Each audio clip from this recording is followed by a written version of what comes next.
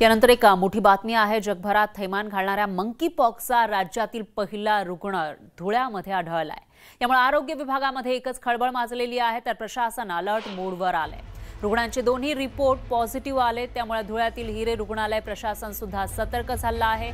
Monkey pox हा संसर्गजन्य आजार आहे, त्यामुळे रुग्णाला स्वतंत्र विलगीकरण कक्षामध्ये दाखल करण्यात आले, म्हणजे क्वारंटाईन करण्यात आलं आहे आणि त्याच्या संपर्कातील व्यक्तींचा शोध घेण्यासाठी महापालिकेला कळवण्यात आले।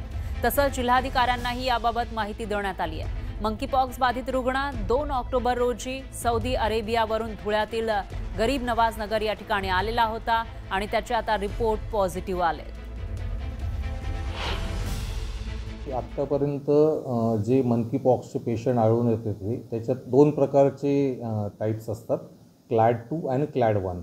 आणि हा जो रुग्ण आपल्याला आढळून आलेला आहे हा क्लॅड 1 टाइपचा आहे। भारतामध्ये आतापर्यंत फक्त 35 रुग्ण असे आढळून आलेले आहेत आणि हा रुग्ण हा महाराष्ट्रातला पहिला क्लॅड 1 व्हेरियंट असतो। क्लॅड 1 याच्यासाठी महत्त्वाचं आहे की हा जास्त इन्फेक्टिव्ह आणि व्हिरुलंट असतो आणि त्याचं रिकव्हरी टाइम देखील जास्त असतो, त्यामुळे रुग्ण बरा व्हायला थोडा वेळ लागत आहे।